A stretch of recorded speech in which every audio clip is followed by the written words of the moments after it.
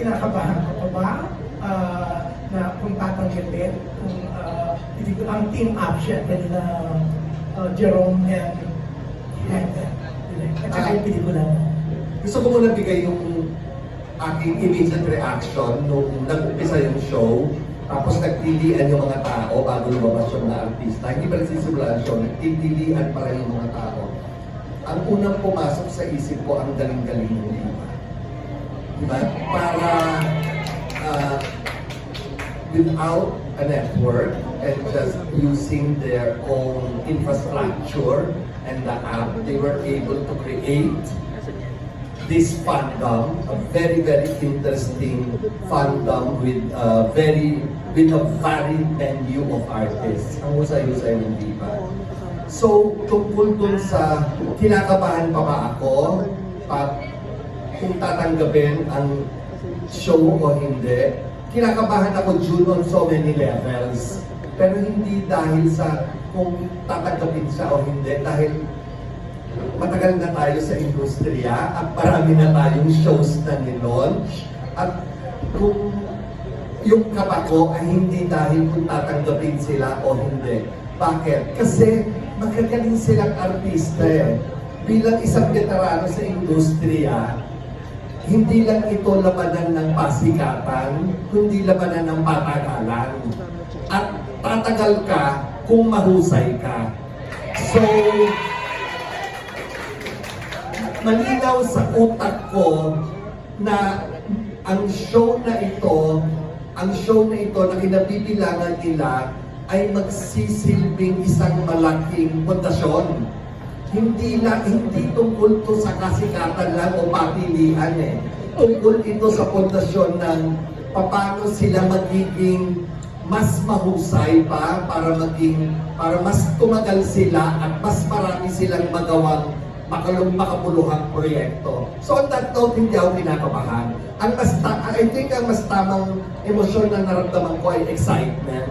Simply because lahat kami naniniwala sa material at alam namin na may mga inambag kami para mas lalong yumabong o ma-enhance yung original material on print form. So excited kaming makita ng mga tao kung paano namin translate on screen. Yun lang yun. Pero diba, nakakabilib talaga ang Oo. bumilib ka. Ako bumilib ako kasi after Marco Gallo, naisipan nila na si Jerome talaga required kay Henry. Tanggap ka agad, di ba? Kaya na po din, patanong dyan. Oo, di ba? Di ba, ang moment yun, at Jerome, di ba, nakakagulat yung ang bilis ng pagtanggap. Parang naman, pagkapasok ng sa Zoom meeting, kaya, naliligaw yata ako. So, hindi naman, who am I to question, di ba? So, hinihangan ko na lang yung trabaho ibigay sa akin at kampanya. Pero grabe, no? Yung ang bilis ng pagtanggap, di ba? Ikaw naisip mo rin yung ganun na, or hindi, na parang ikinagulat mo din na eto pala parang teaser pala yung sa Bibarkada, pero grabe na yung reaction ng fans. O yun yung sa C-Drop na ginawa namin. Actually, ito parang mayaman ng lahat. Until now naman, kahit from the Safe Skies Archer pagpasok sa dito, hindi ko pa rin naman tanggap na matatanggap ako. Hindi ko matatanggap yun. Kasi ang pinaka-importante sa akin, natanggap ako ng mga tao na bibigyan ng trabaho at nagtitiwala. To be honest. Kaya alam niyo, until now, hindi naman nila matatanggal yung sakit ng mga sinabi nila sa akin na as hero. Hindi ko siya magagamit sa pag-arte. Kung hindi, ang nagamit ko is yung mga kumahawak sa balikat ko, sa likod ko. Ano yan? Trabaho mo yan eh. Kaya nga namin pinagkatiwalaan ko. So, yun yung until now, hindi ko ma-appreciate ko, katulad kung may one time daw sinabi ko parang may nagsalita sa akin ng Tagalog eh. Parang, Jerome, ganyan, ikaw rin nabangon sa Bibarkada, alika, tumas tayo sa kahuyan. Isipin mo ako, sabi ko, wow, natulungan mo na na-appreciate ko. Ganun. Pero maganda yung sinabi mo, yung mga ginagamit mo sa pag-arte, yung mga ginagawa o yung support ng mga tao katulad ni Direk Mac, no? Yeah. Hindi yung mga bashing. Kasi katulad yun, hindi nila tayo, pero pagdating sa set, sobrang alaga kami ng director. Talagang nakikita niya na ito yung role na nakikita niya agad, alam niya agad kung paano kami. Oh, pero mapapansin nila, usapan dito sa kanan, yung reaction nila na parang may hugot ka sa ginawang pagbabash. Siyempre kahit tumalag ka. Hanggang ngayon, ganun pa rin kasakit. Or dahil sa kasikatan mo ngayon, kasikatan ng mga proyekto nyo, Hindi naman. nabawasan na. Kasikatan or nabawasan. Minsan kasi dadating tayo sa point ng buhay na alam natin kung saan natin ipaprioritize yung emosyon natin. Oh. Pero eto na, ang mas mag-pressure siguro kayo ni Heaven kasi parang natin umaasa na magkakaroon ng something sa inyo. Heaven, okay ba? Ngayon pa lang, parang siniship na kayong dalawa. Honestly, siguro ang ibig sabihin siguro din sa mental pressure is kahit pa paano, mag-care na rin ako dun sa pressure na natagot ni Heaven. Kasi syempre, kami as a team. Kami yan, even si Joseph, pero si Joseph wala, isang tanggalan na ng t-shirt. Ay, hindi. Makakadagdag ng pressure yan sa'yo na magka-abs ka din para andarin mo. Ako, nagmamarikit lang ako kasi si Joseph hindi ko naglalabas. Kasi si Jules na niya, tumagundong ang Araneta Museum katubad niya. Hindi mo lahat ng boys ng Beaver Canto, tumanon.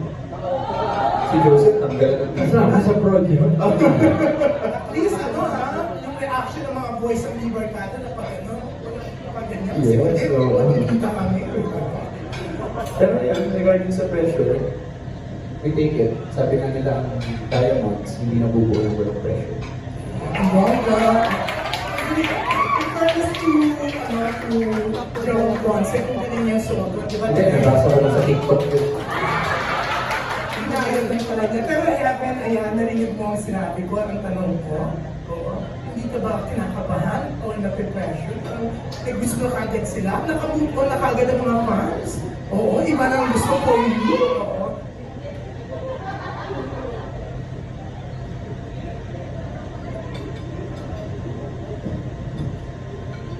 Hindi naman po ako kinakabahan. Hindi, kasi hindi mo gusto yung pama. Hindi, kasi pumasok po ako sa trabaho knowing na gusto kong gampanan yung characters ko.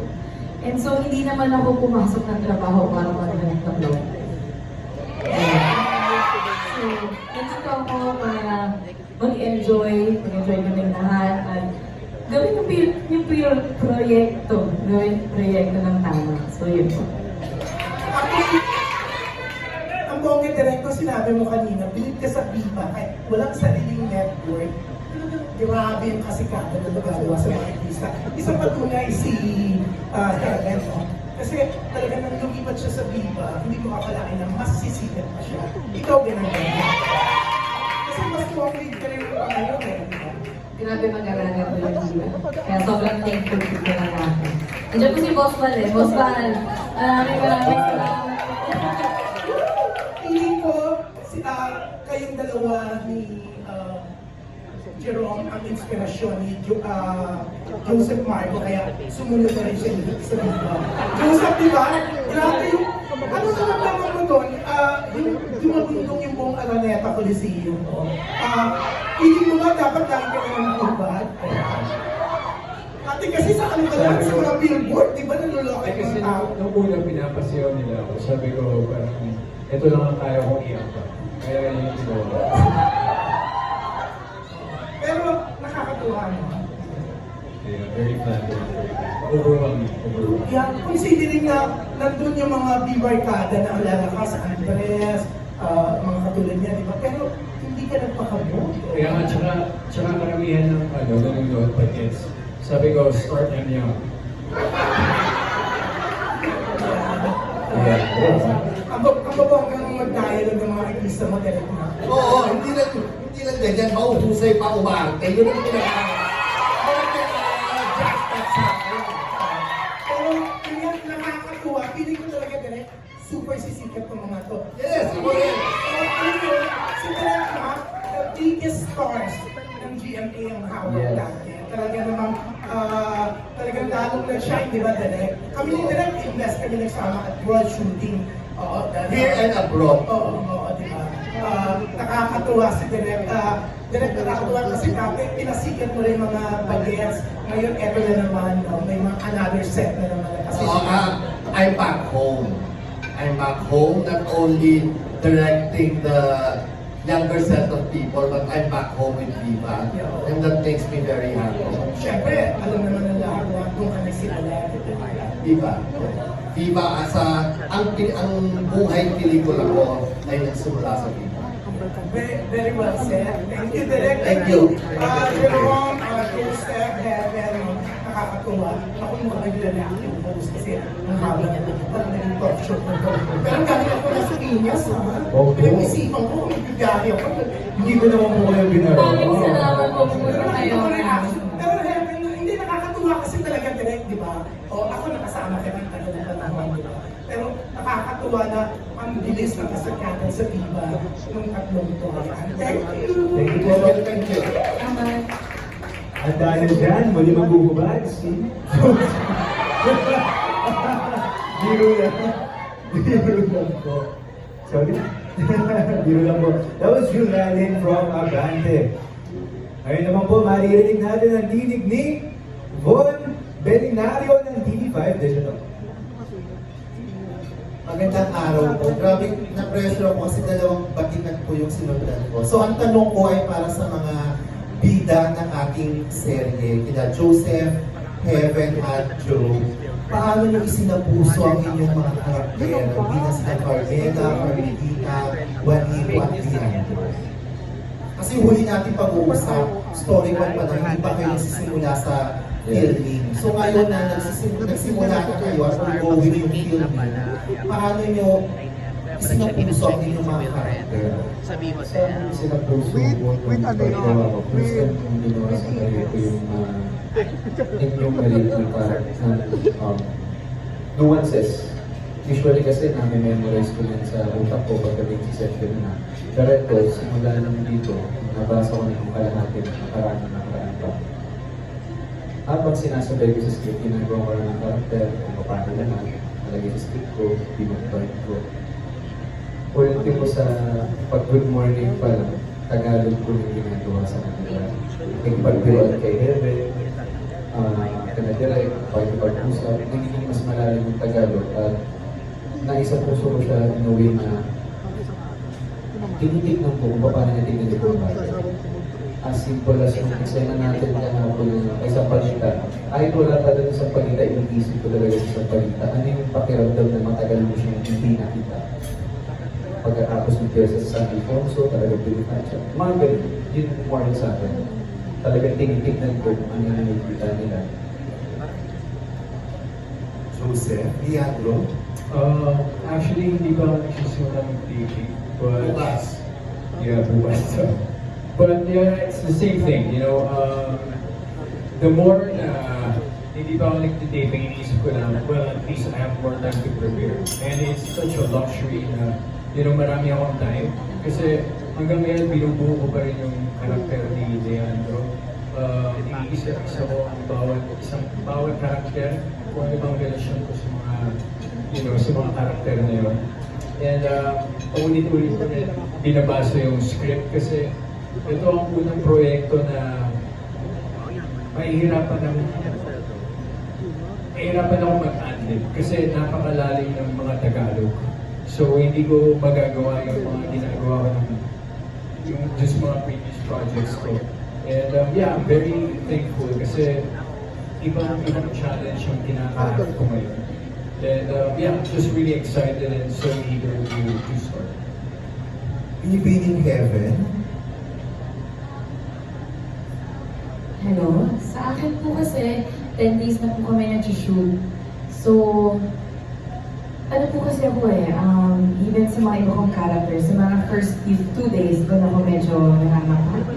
Pero pagdating ko po kasi ng set, I make sure na parang natural na siya. Pag nakadamit na po ako, pag nagbabasa na po ako ng script, pagkasama ko na po yung mga ibang characters na nakadamit din, parang it comes natural. So, ganun po ako. Direct, curious po kami kasi syempre malaking porsyento ng story ay medyo period. Paano yun dinirect yung mga millennial actors natin? At ano, be in the period scene, kumbaga. Dalawang aspeto yan. Ang una, which I think is the easier one, is yung ano ang pagkilos, the demeanor, the mood, the tone ng mga panahon yon, at paano gumamit ng mga bagay na usually ginagamit natin ngayon ng parang paniwala lang na ng mga panahon na yon ay may ibig sabihin. Kunyari, ang pagpaypay ng mga babae, paano nila ginagamit, gano'ng madalas, para saan, kung sino lang ang pwede gumamit, mga ganun. That's the easier one because sabihin mo lang yun, i-guide mo lang yun, then it becomes easier. The more challenging and difficult one is to prepare them para dun sa journey ng character nila. Kasi ang lawak eh. Lalo na sa character ni Carmela na magsisimula sa panahon ngayon, will travel in time, tapos babalik, at hindi pa tapos, may iba pang journey yon. So kung saan pupunta. Yung ganung preparasyon. First time ko nakatrabaho si Jerome tsaka si Helen. So alam nilang makulit ako sa pinakamaliliit na bagay. Alam nila, ngayon nadi-discover nila na para sa akin, ang isang emosyon ay iba't ibang level, iba't ibang nuance, iba't ibang view. So habang tumatagal, na dinidirect ko sila, nagkakaroon kami ng common language. So mas naiintindihan nila ngayon, mas bumibilis, pero whether mabagal o hindi, bilang director, ang pinakamahalaga sa akin lagi, tama ang puso eh. I will always go back to that eh. Tama ba ang nararamdaman? Sincero ba ang nararamdaman? Kasi kahit tama ang kilos mo, at tama ang costume mo, at napakaganda ng ilaw natin, di ba? Yung cinematography ng trabaho, napakaganda talaga. Ang ganda ng bihis, kung mali ang puso, may diskaril yun eh. So lahat ay lagi nagsisimula sa puso. Dahil sa kung araw na namin ginagawa, mas yon ang nakakasanayan nila. So when we talk about characters, or we talk about characters, we don't talk about the looks, the demeanor, the tonality, not just that. We talk about the heart and the journey. Yun ang mas mahalaga. Talaga naman pong kaabang-abang. Maraming salamat po at mabuhay. Salamat po, hindi ba digital? Susunod si Alan Sanbon ng Stars Photo at Abante Tonight. Good afternoon everyone. Congratulations. Direct, congratulations. Thank you. Yung first song to Binibining Media. So, congratulations. Naging series yung Water. Tapos, ang tanong ko, ano yung mga na-appreciate mo yung na-collaboration dito sa mga director, sa writer, and then sa mga cast doing this series para sa Table 1? Una-una po, gusto ko pong balikan yung feeling nung nag-meeting ko kami sa Zoom. And first time ko po yung and balik ko ang mga writers. Nagtigil ko si Direct ng insight about sa Ilonis 1892. Nagtigil ko po siya ng guide. Then na lang po, bigyan ako ng heads up kung ano po yung mga mangyayari sa September. At yung time na yun, pakiramdam ko po, isa sa mga dahilan din, kaya ako nag-bless. Dahil nakita ko po yung passion with Direct as writers that time po na sa na mahal ko nila yung story. Na binasa ko nila, na marami ko sila nakita ko mga bagay na gusto rin po nilang ibahagi sa mga manonood. At naroon din po yung appreciation sa kasaysayan natin na bihira lang dito matalakay ngayon. Sa pamamagitan ko ng isang kwento, bukod sa nasusubaybayan ko natin yung pag-ibig sa tao, pag-ibig sa bayan, pag-ibig sa pamilya, pag-ibig sa kaibigan. Nasusunod